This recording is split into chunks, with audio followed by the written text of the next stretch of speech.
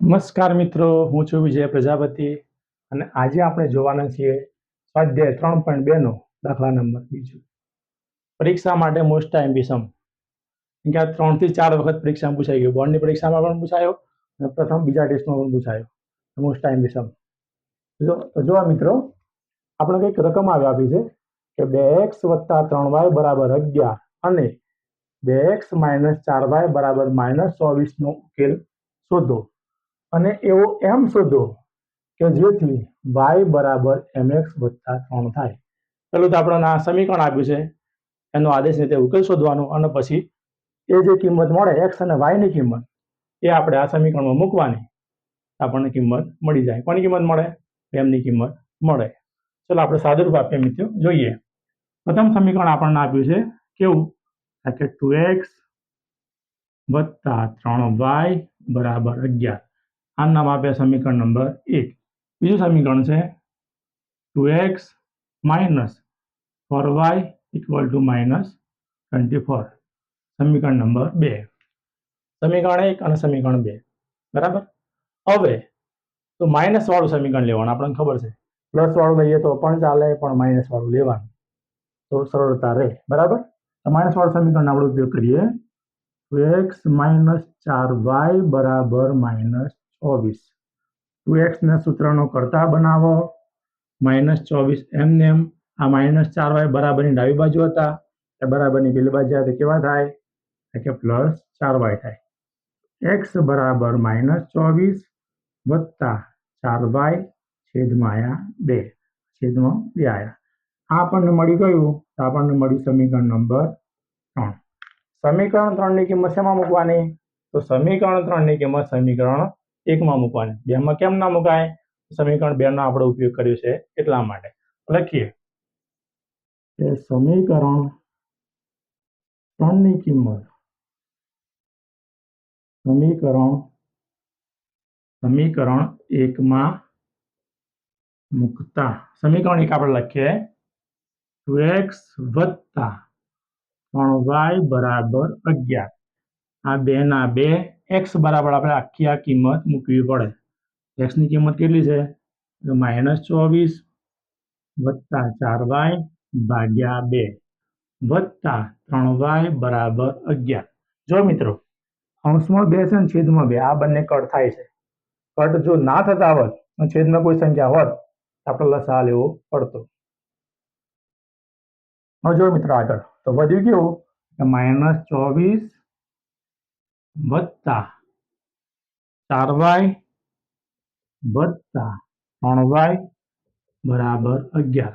આ -24 ના -24 વત્તા 4y + 3y કેટલા થાય? કે 7y = 11.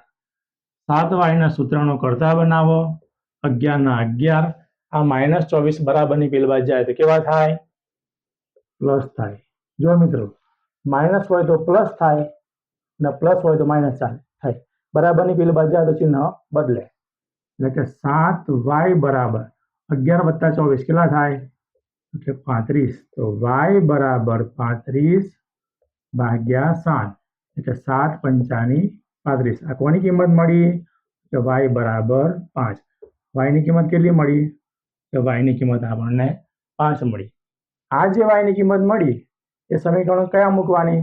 કે y ની કિંમત સમીકરણ 3 માં મૂકીએ તો આપણને x ની કિંમત મળે. લખીએ કે y ની કિંમત સમીકરણ 3 માં મૂકતા. આ સમીકરણ 3 આવી જુઓ.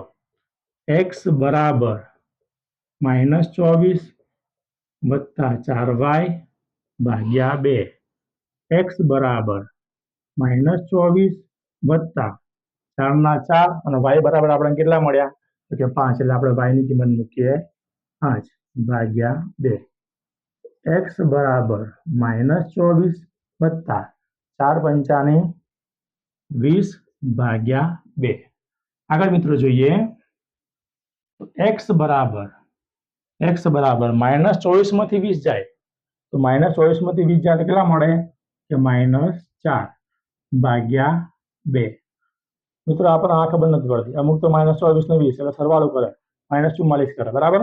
માઇનસ પ્લસ માઇનસ અને ચિહ્ન કોનું એટલે ચિહ્ન મોટી સંખ્યા એટલા માટે માઇનસ મૂક્યા આપણે. ચલો ભાગ ઉડે મિત્રો.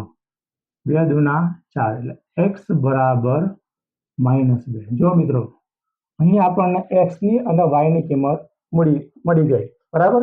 એટલે કે આ સમ મોટા ભાગનો આપણો પૂરો થઈ ગયો. હવે ખાલી આ સમીકરણ મૂકી અને સાદુરૂપ આપવાનું છે આપણે. તો મૂકીએ આપણે m ની કિંમત શોધવાની. m ની કિંમત શોધવા માટે આપણે y બરાબર ms વત્તા 3 મૂકી અને સાદુરૂપ આપવું પડે.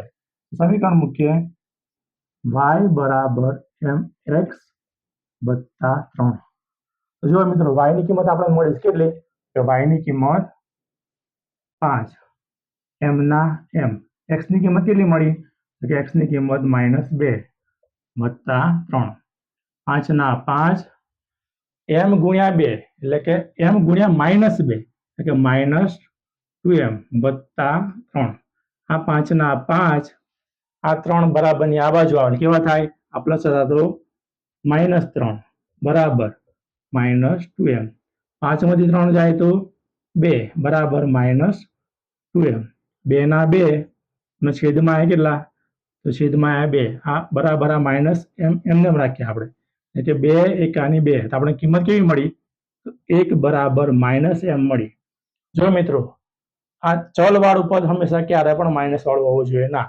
તો આ માઇનસ કઈ લાગે તો કે 1 ને લાગે એટલે કિંમત કેવી મળી 1 ની કિંમત મળી આપણને માઇનસ m ની કિંમત કેટલી મળી m ની કિંમત મળી આપણને -1. થેન્ક યુ મિત્રો.